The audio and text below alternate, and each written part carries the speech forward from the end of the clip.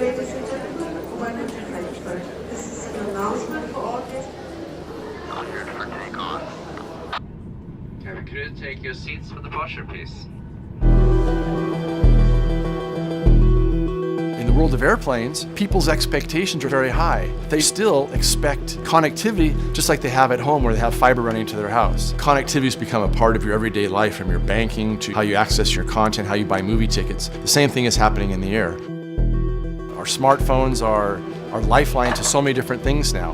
And so connectivity demand continues to increase, not only from the business traveler, it's going to the leisure traveler, to the younger vacation traveler. And today we cover 99.6% of all the flight hours of all the airplanes flying around the world. So it's much more difficult to build a small, low-profile antenna that'll work at 500 miles an hour and build a global mobility network that'll actually work in the middle of the Atlantic Ocean or middle of the Pacific Ocean. Providing an end-to-end solution on an airplane is a very challenging initiative.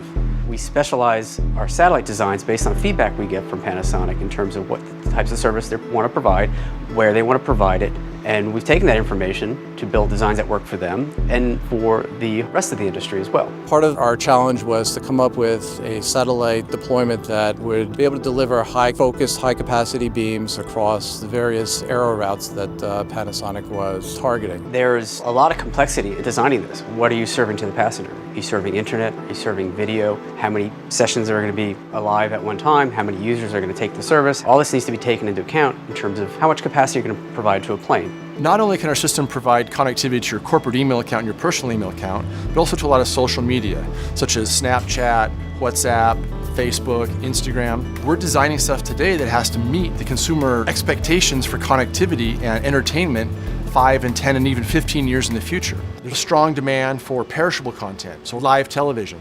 This broadcast television everywhere in the world, the same 8 channels, has really been part of the driving factor behind some of the satellite designs that we worked with you on. When Germany won the World Cup, the German carrier Lufthansa, we were able to see like 95% of all the passengers were watching the World Cup on our system. And that was extremely satisfying. Last year, the Super Bowl, it was the highest number of people watching any sport event in the air. Panasonic was successful actually transmitting that service into the aircraft. So you can watch the Olympics, you can watch Formula One, you can watch the NFL, you can watch the NBA anywhere in the world. And the only way to meet that demand is to move from the traditional wide beam satellites to high throughput satellites of tomorrow and the high throughput satellites that we're working on with SES today. The SES 12 and 14 and 15 satellites I think are unique in the industry. We're very excited for those to come online in 2017. We have a lot of customer demand and we can't wait for it to be here. SES comes here to Panasonic headquarters quite often to make sure they really understand our needs and what some of our issues are to help solve them. We'll engage you further. We're doing a lot of pre-expansion At SES facilities. As we continue to grow our mobility network, add more and more capacity over time, we'll continue to work very closely with SES and do more and more business together.